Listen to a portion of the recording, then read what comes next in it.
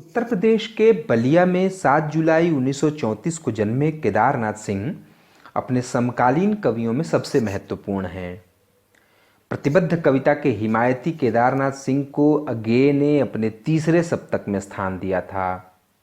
वह उन गिने चुने कवियों में हैं जो सहज ही जीवन से जुड़ जाते हैं और जिनकी कविताएं हमारे जीवन का अंग बन जाती हैं।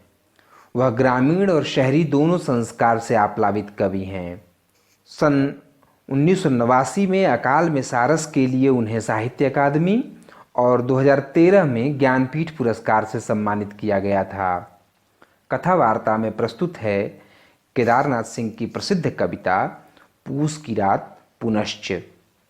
वाचन स्वर डॉक्टर रमाकांत राय। पिछली रात की भयानक ठंड में मुझे अचानक याद आया वह छोटा सा अलाव प्रेमचंद की कहानी पूस की रात का। मेरी जानकारी में वह पृथ्वी पर पहली आग थी जो आदमी और कुत्ते ने मिलकर जलाई थी। सोचने लगा मैं जब हल्कू गया था बगीचे से सूखी पत्तियां बटोरने तो क्या कर रहा था कुत्ता। मुझे लगा वह भी चला गया होगा नीलगायों के पीछे पीछे दूर तक, इस हल्की सी उम्मीद में कि शायद कुछ मिल जाए जलाने के लायक। पर कुत्ता ही तो ठहरा, यह देखकर कि क्या है दुनिया में जो नहीं है जलाने के लायक। वह दौड़ता हुआ चला आया होगा अपनी नवीनतम खोज की अनिर्वच खुशी में, मुंह में दबाए हुए जूते का कोई तल्ला। आग जलाने की अपनी इस छोटी सी कोशिश में कुत्ता उस समय हलकू को लगा होगा ब्रह्म की तरह विराट। फिर दोनों अपनी अपनी सांस की साझी कोशिश से जुट गए होंगे आग जलाने के जुगाड़ में।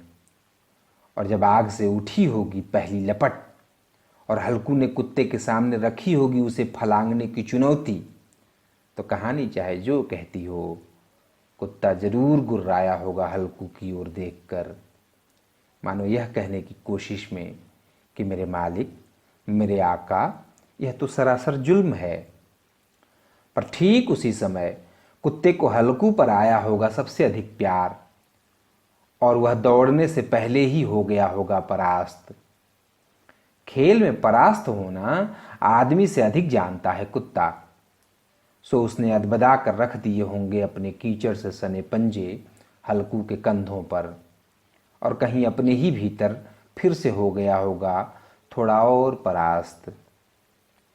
उस समय कुत्ते का वह स्पर्श आदमी को लगा होगा आत्मा तक धंसता हुआ, गहन, पवित्र, और कुत्ते की आंखों में झांक कर हो गया होगा माला माल।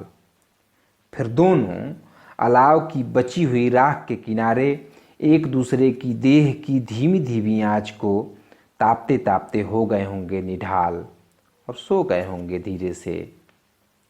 नीलगायों ने ठीक उसी समय दोबारा प्रवेश किया होगा कहानी में और चर गई होंगी हलकू का सारा खेत।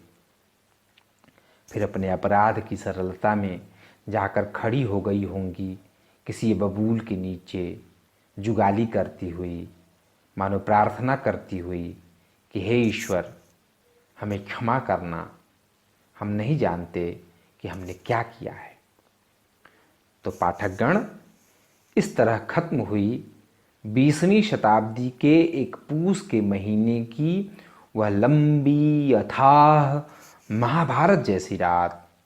और जब सुबह हुई तो गांव वालों ने देखा कोहरे से निकलकर एक पतली सी पगडंडी पर युधिष्ठिर और उनका कुत्ता दोनों हिमालय से वापस आ रहे हैं। बर्फ ने उन्हें गलाने से इनकार कर दिया था। केदारनाथ सिंह की कविता पूस की रात